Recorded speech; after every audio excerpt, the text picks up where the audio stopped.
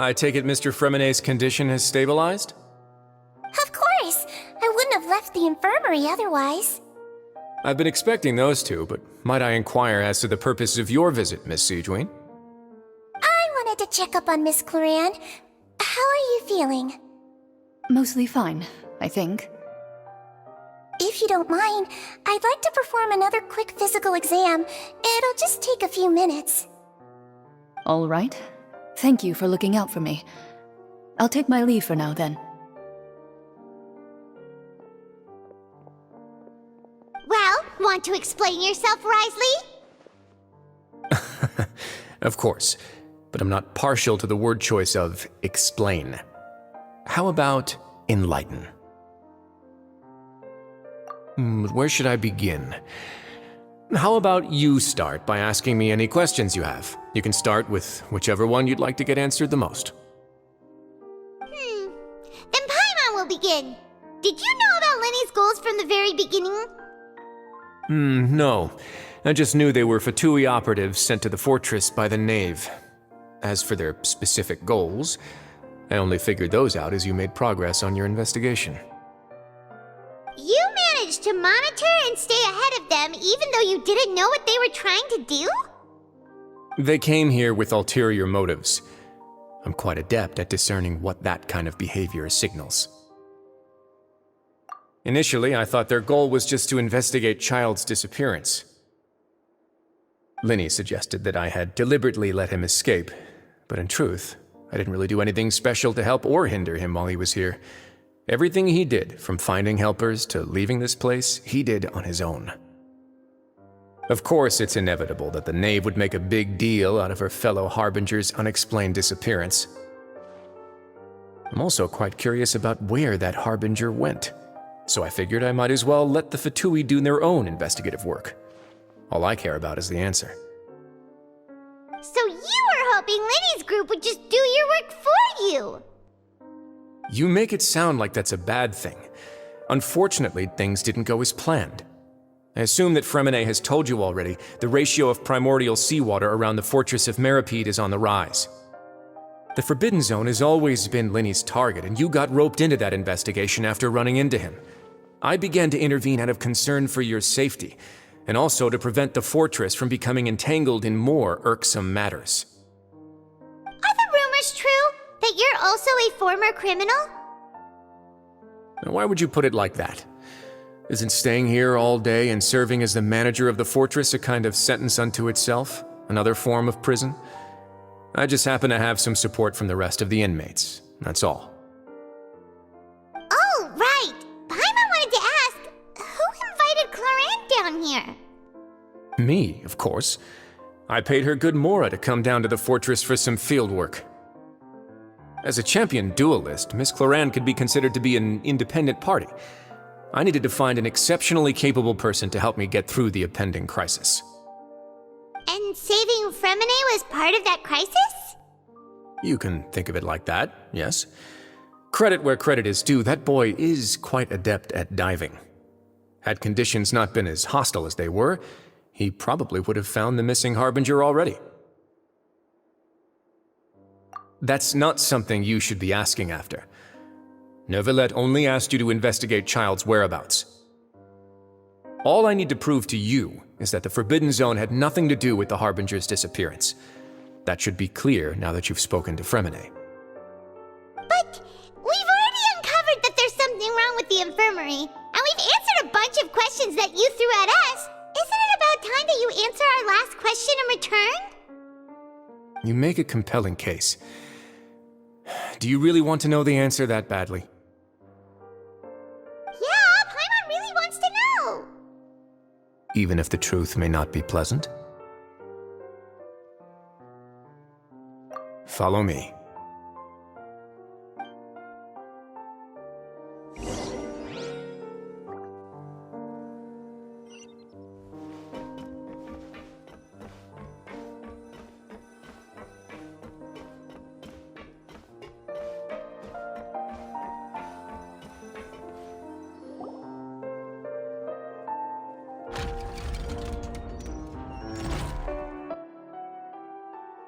There's a hidden door here? And find it. Huh. You're pretty good at hiding stuff, Risley. It seems you've forgotten just what kind of place the Fortress of Meripede is.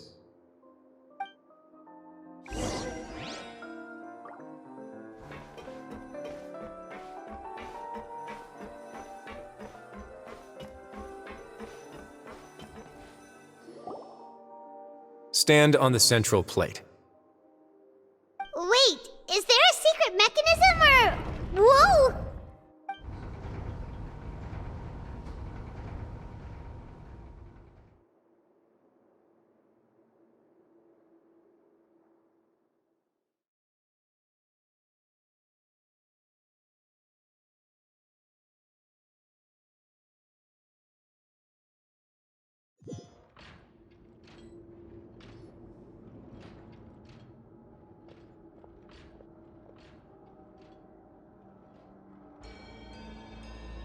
What a huge door! There are 3 such isolation gates in total. Generally speaking, I'm the only one who's allowed to go inside, hence the name Forbidden Zone.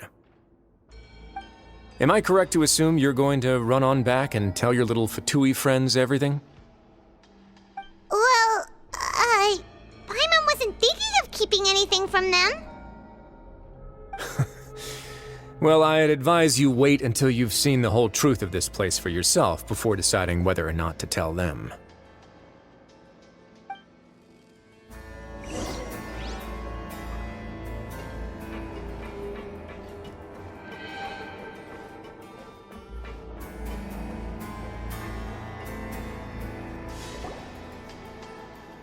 Huh.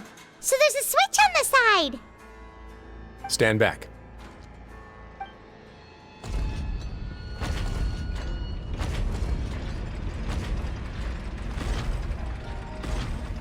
Whoa! They all just went up one by one! Go on, have a look.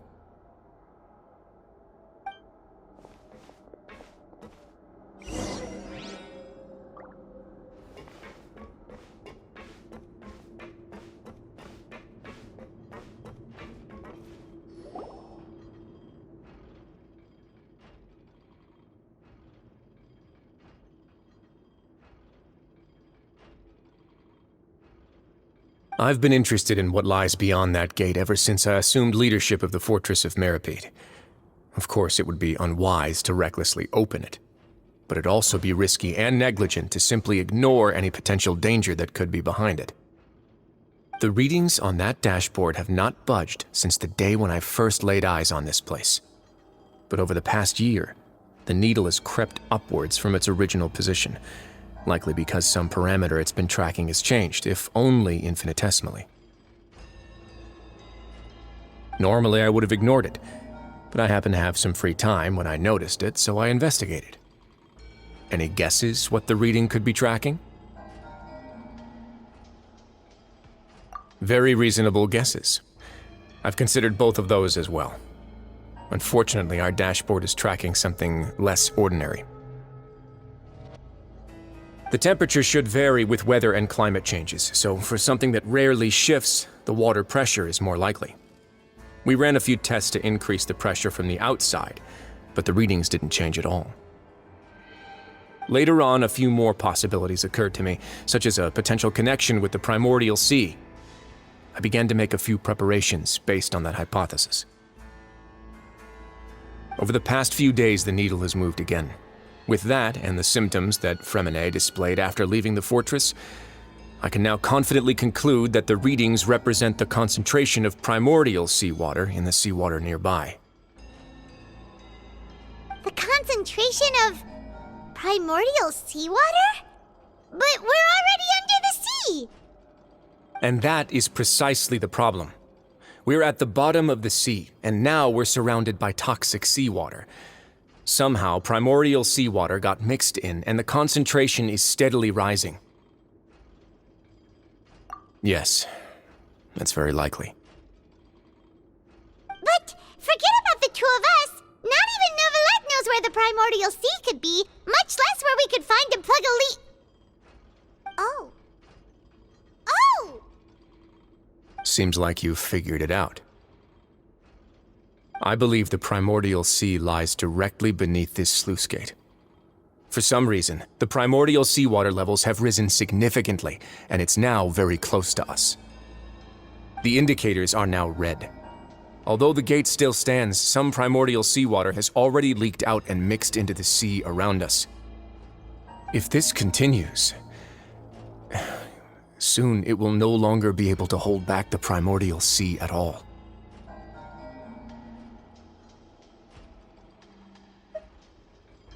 Yeah, you know what the legends say.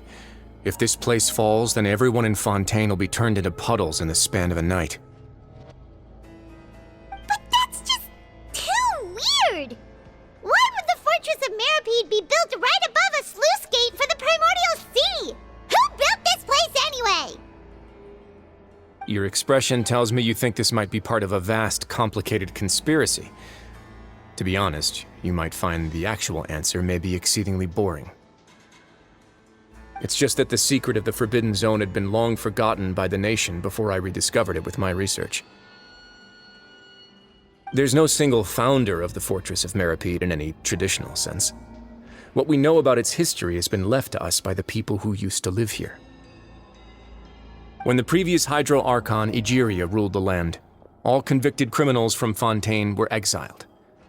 The people drove the criminals away like a wolf pack chasing away the banished. The criminals received no sympathy of any kind from the people.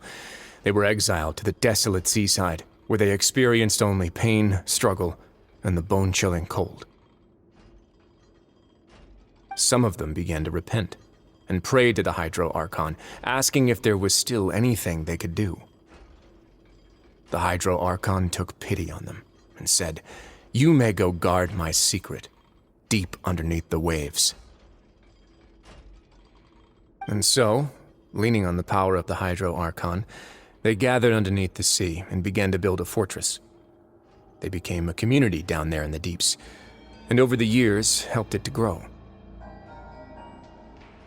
As the number of exiles increased, more and more people joined the community. When the first group of exiles died, they left the yet unfinished fortress to their successors.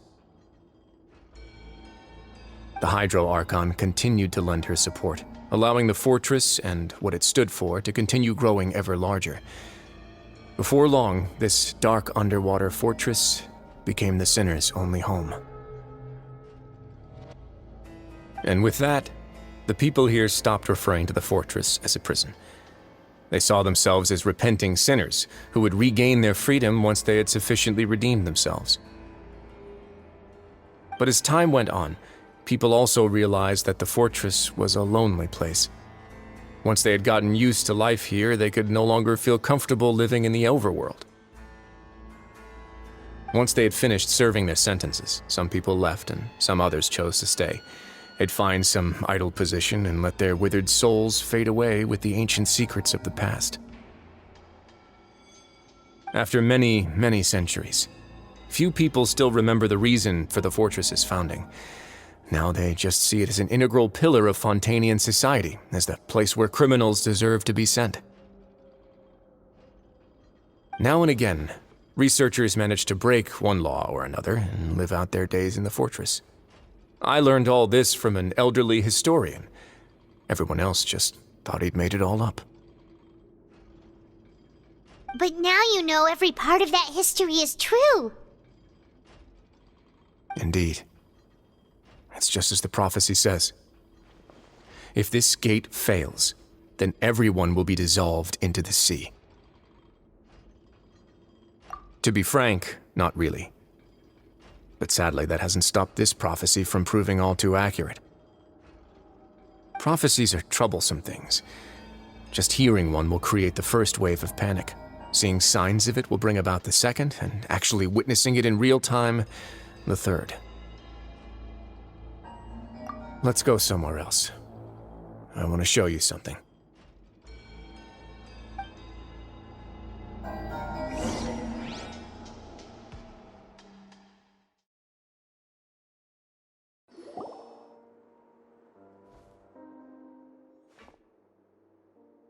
Your Grace, perfect timing.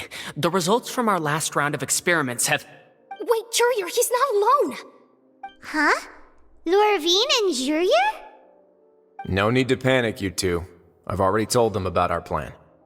What? After you warned us not to tell a single soul about any of this? I'm skeptical as well. Are you sure they are trustworthy? The results speak for themselves, don't they? These two may already know more than you could ever imagine. All right then, if Your Grace insists. They seem harmless enough, so I'll trust them for now. Well, how about some reintroductions? This is Jurier, one of the highest-ranked researchers from the Fontaine Research Institute. He used to work under Edwin. I trust that you've heard of Edwin? Good. Saves me a bit of time explaining. Edwin's main areas of research were archaeum and gravimeters. As his assistant, Jurier is quite familiar with them as well. I hired him to be my technical consultant. You want to blow up the fortress of Meripede? Ah, what a lovely idea. I'm already imagining it in my head. Gotta admit, I'm tempted as well. Guys, focus! Focus! That taskmaster over there is Miss Lorvine, and is also one of my technical consultants. While Jurier used to be Edwin's assistant, she used to be Jurier's assistant. Ooh, are they together? See, everyone keeps asking this question. Are you too sure you're not a couple and just using your work as a convenient cover? Your Grace, I am not in a relationship with this man. If I dated her, I'd officially be madder than Edwin. Jeez, forget I said anything then. Follow me. Whoa, there's another door that goes right up. Your constant amazement makes it seem like the fortress can do anything. But Paimon really thinks everything's super cool.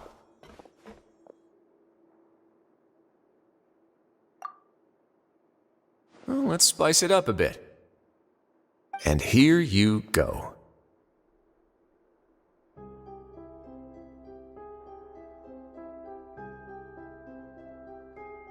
What a huge ship!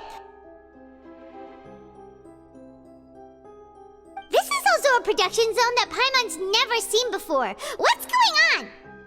How much do you know about Fontainian history?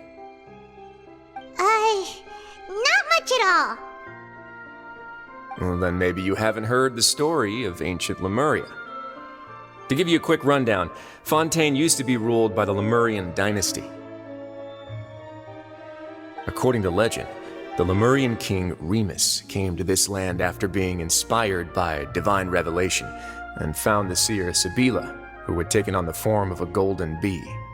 Taking the golden bee with him and riding on a huge ship, the Fortuna, he created his nation above the surging waves.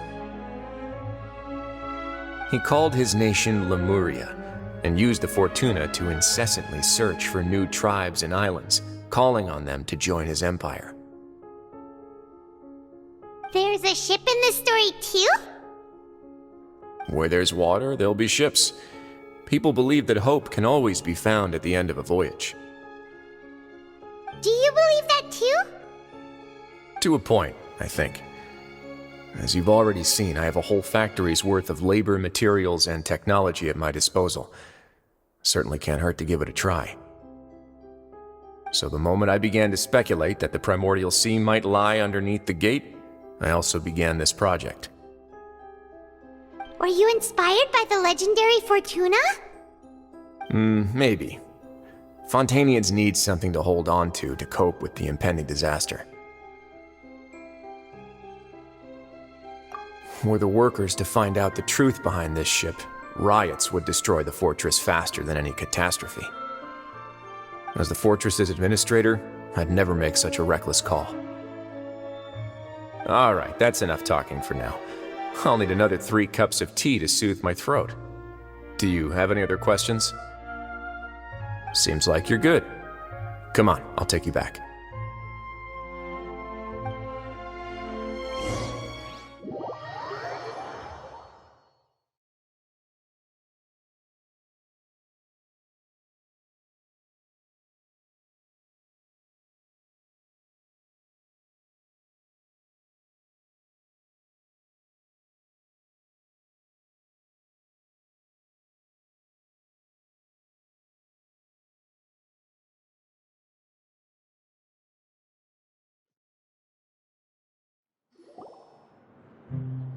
I'll leave you here for now. Oh, thank you so much. No worries. But don't forget, it's up to you whether or not you want to share what you just saw. What you do from here on out will likely affect those three as well.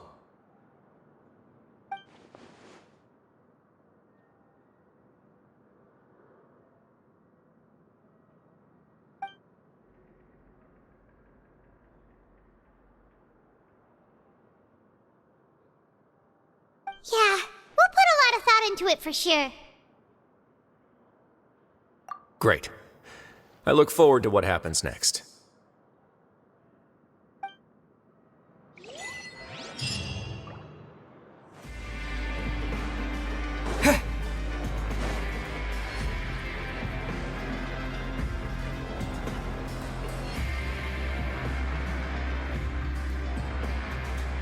We're back!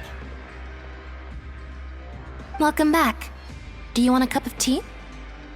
How can you be so much like Risley, always drinking tea? Huh.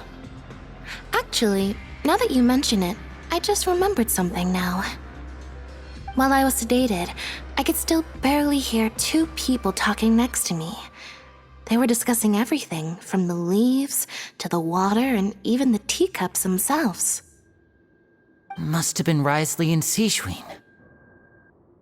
Yeah, I heard one male voice and one female, so it should have been the two of them.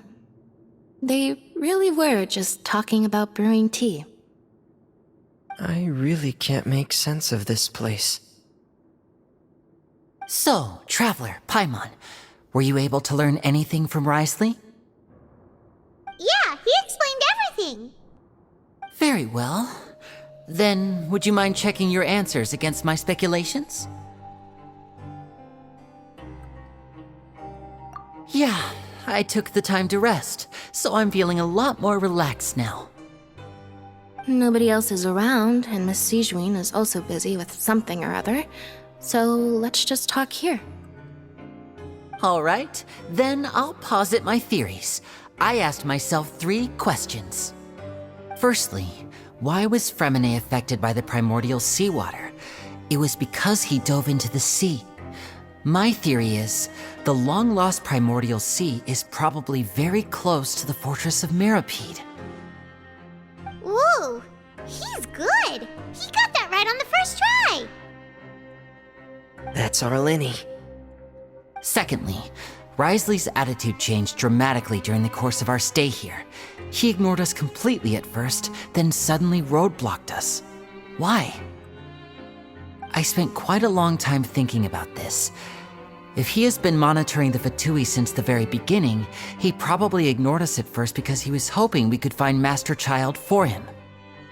What's more, the Fortress of Mirapede is not part of Fontaine's court system, nor does it report to Udex Nervulet. Risley is basically the king of a no-man's land. As long as the fortress doesn't do anything about Master Child's disappearance, Father can use it to pressure the Fontaine authorities. And while the two factions are pitted against each other, Risley will be free to move between the parties of interest. If I had to guess, he probably has something that he's working on himself. It's likely related to the secret of the infirmary, but I just can't think of what it could be. You're super smart. Thanks so much.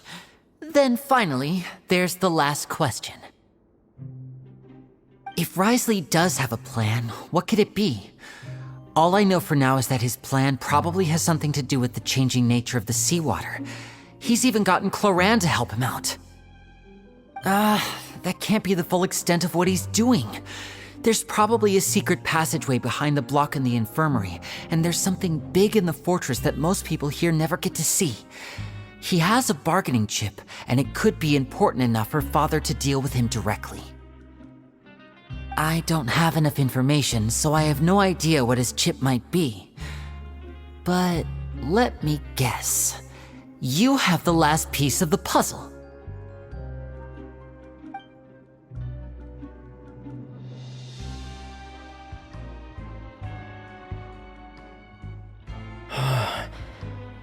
can't believe it. The sea will engulf everyone. Just like the prophecy said. Could Risley have wanted to meet Father to figure out a way to deal with this crisis?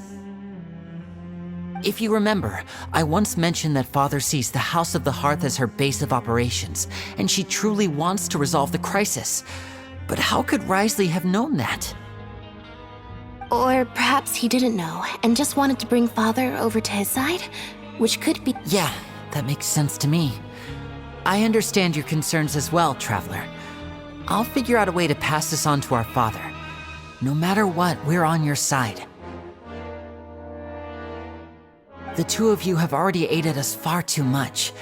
We probably wouldn't be standing here right now if not for you. If you ever need anything else going forward, please come to the House of the Hearth at any time. Though you may not share the sentiment, after all that we've gone through together, the three of us basically see you as family now. You have my gratitude. Thank you for protecting Linny when it really mattered. And thank you for sharing the secrets of the fortress with us. We didn't think you were going to do it. Why are you being so formal all of a sudden?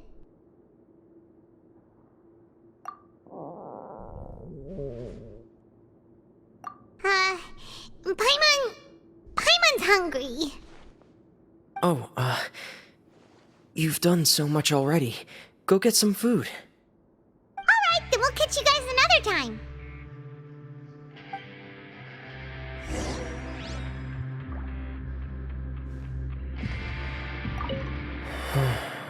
I feel like I should try to become someone more capable of helping. You're incredibly helpful. Lenny thinks so too. Yeah, you two are always telling me not to push myself, but aren't you just like that as well? It's time for dinner. Welfare meals now being served in the coupon cafeteria. Come on, let's go pick up ours as well. Traveler and Paimon, over here. Are you here for dinner too, Miss Sijwing? And I'm taking the opportunity to prepare Miss Cloran's dinner as well. Huh. You're right. She's actually sitting in the fortress cafeteria. What would you like to eat? Yep, you can. I've already talked to our chef, Mr. Wolsey. It's all on me today, so you can get whatever you'd like. Me too! Don't forget Paimon! No problem. Just leave it to me.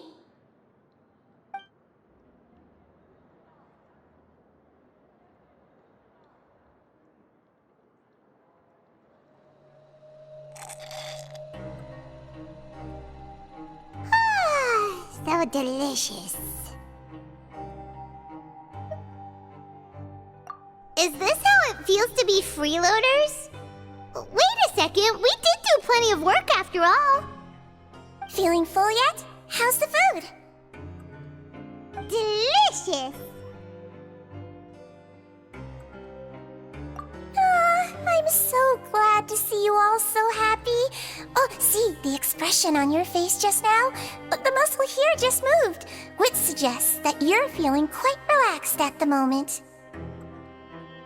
Sijwin, do you do this to help your patients or to better understand human beings? A bit of both, I suppose.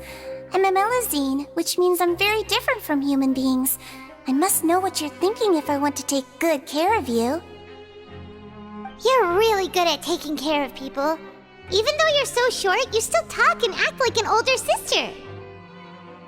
Really? You're reminded of an older sister? That's great to hear. Oh, and what did you mean back in Risley's office? When you said that you were protecting Linny and his siblings as well? Oh, that. I just asked His Grace to look out for those children, especially that diver boy. I was getting a bit worried after hearing that something was wrong with the water. Thankfully, Glorand is very strong and managed to save him in the nick of time. His Grace also sealed the pipes after Glorand left, to make sure that Linny wouldn't impulsively chase after his brother. Although the path was blocked, we still stationed some guards there to stop anyone from approaching. They were instructed to only open the door once Miss Glorand had returned. Oh, and I was keeping an eye on Mr. Linny as well. We had to press him, but we couldn't allow him to be in any real danger. You were all super considerate and really thought everything through. It's just what we do down here at the fortress. At least this has been His Grace's style for as long as he's been the leader. Oh, I really wish Monsieur Nervula would come down here more often too. I feel like he'd like it here, with all the darkness and chaos.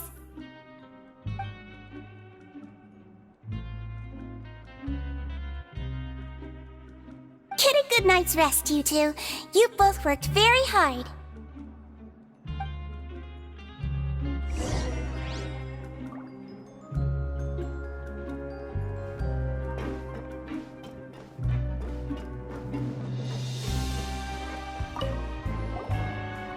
Glorand!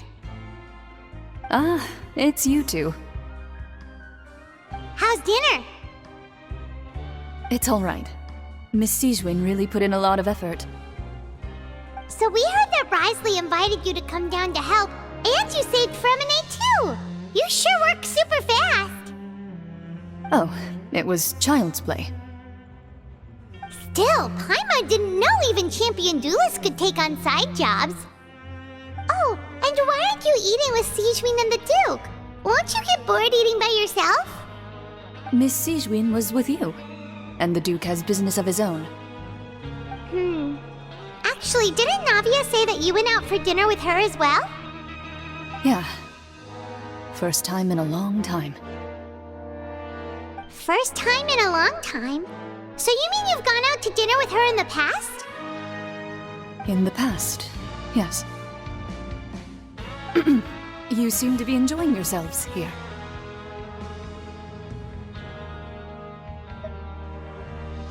Things will be getting messy at the fortress soon. Don't run around unnecessarily.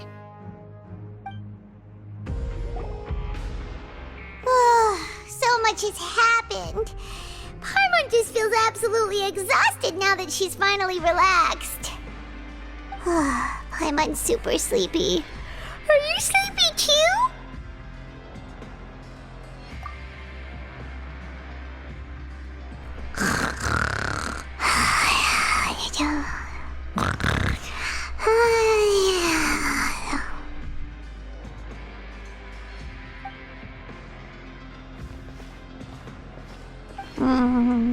Delicious. Paimon wants seconds for free.